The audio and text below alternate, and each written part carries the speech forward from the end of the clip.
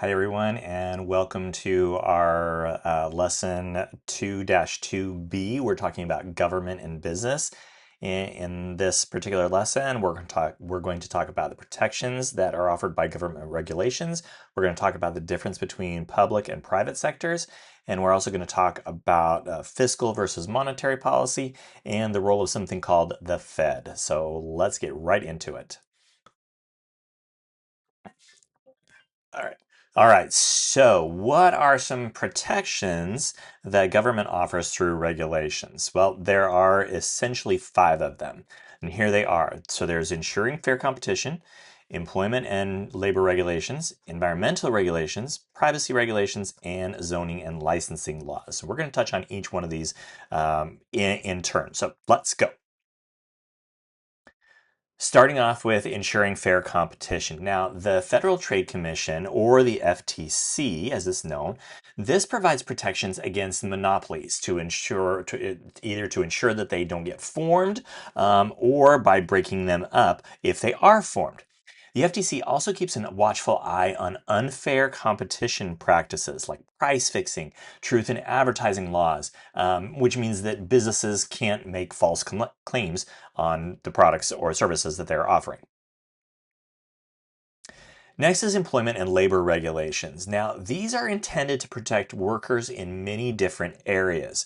For example, there is the Equal Opportunity Employment Act. This prohibits discrimination based on race, on color, national origin, sex, religion, age, disability, political beliefs, and marital status, along with probably a few others. Okay.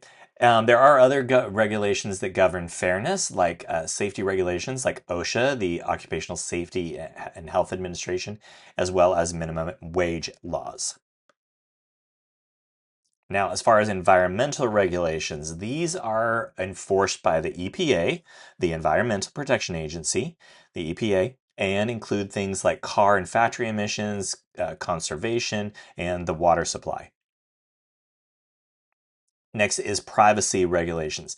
Now, this has become a big one with cybersecurity issues and personal identity theft, sometimes hard for those regulators to keep up.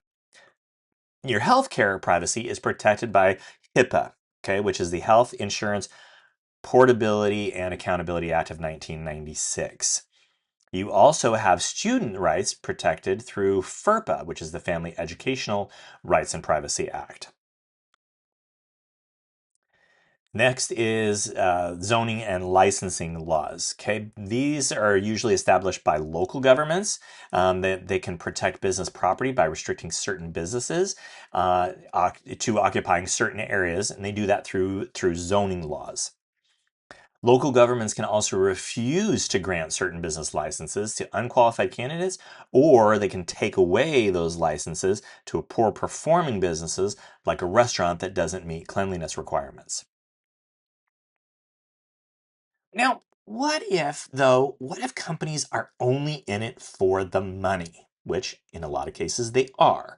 But how does the government help with that?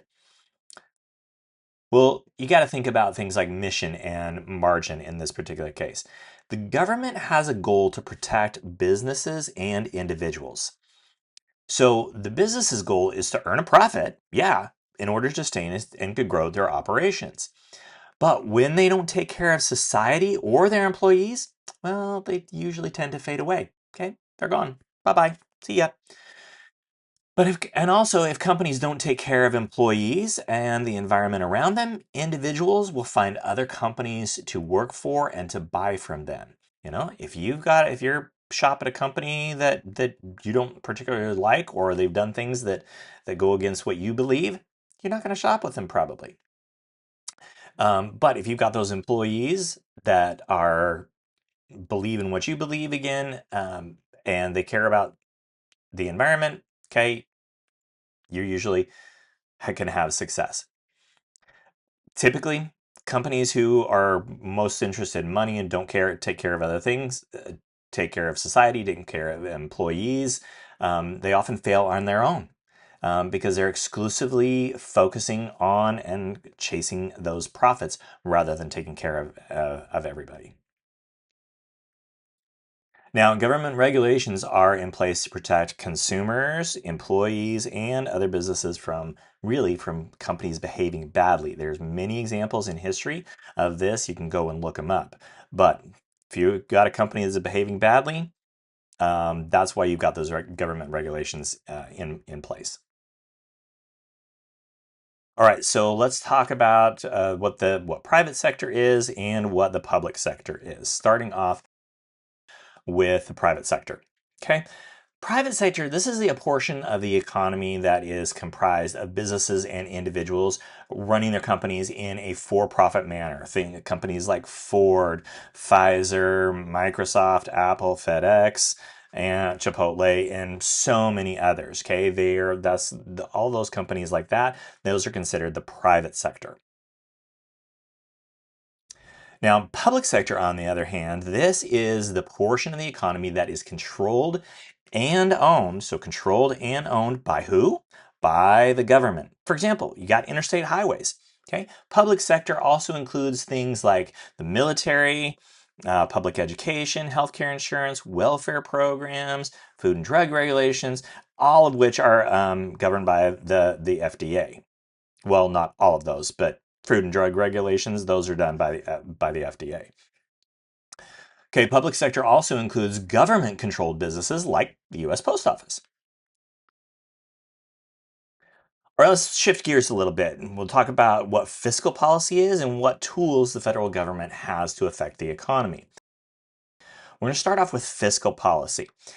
When the government spends more than it takes in, it has the effect of stimulating or growing the economy. But it also produces budget deficits, which adds to the national debt, which, just like any other debt, has to be paid back someday. When a government increases the tax rates, it reduces disposable income um, from consumers. Now, disposable income, that's the amount of income remaining in a household after you um, take into account income taxes, other types of taxes. That's their disposable income. Oh, and I guess I should mention that fiscal policy itself, that is the means by which a government adjusts tax rates and spending levels to influence the nation's economy. I guess I should have read that before I got to here, but that's okay. Hopefully you get the message. Now, the opposite of increasing taxes is, of course, reducing taxes. This increases the amount of disposable income, and it increases money that consumers can spend in the economy. Therefore, it stimulates the economy. It helps it grow. Well, where does the federal government get the funds necessary to run itself and provide for all these regulations and services? Well, it mainly comes through collecting money through businesses and personal income taxes. It can also borrow money from its own citizens and from foreign governments as well. That's where the funds come in. Taxes help go into that fund to help pay for things, right? All right, let's shift gears again. Now, opposite of fiscal policy is monetary policy. So, in this case, we're going to talk about monetary policy and something called the Federal Reserve. This has a big role in the economy. So, the Federal Reserve is essentially the U.S.'s central bank. It's also called the Fed. It was created by Congress in 1913, and while it is a part of the federal government, it acts independently from the federal government. Okay, remember that. It may be a part of the federal government, but it acts independently. The Fed has a dual mandate, okay? It has two jobs, basically, two jobs, okay? The job one is to achieve stable prices. That's keeping inflation in check. Inflation is the rate at which prices increase. And their other job is to create maximum sustainable employment. That's the unemployment rate. Now, there is a safety in here. The safety is designed to make monetary and financial system safer, more stable, more flexible. Now, as far as its decisions, now the mandates of the Fed are mandated from Congress, But the decisions that the Fed makes are independent. They make those decisions without approval from Congress. The Federal Reserve uses two major tools in their independent toolkit.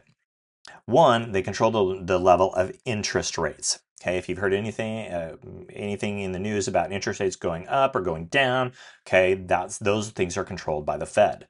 Okay, they also control the amount of money that is in circulation, how much money is out there in the economy.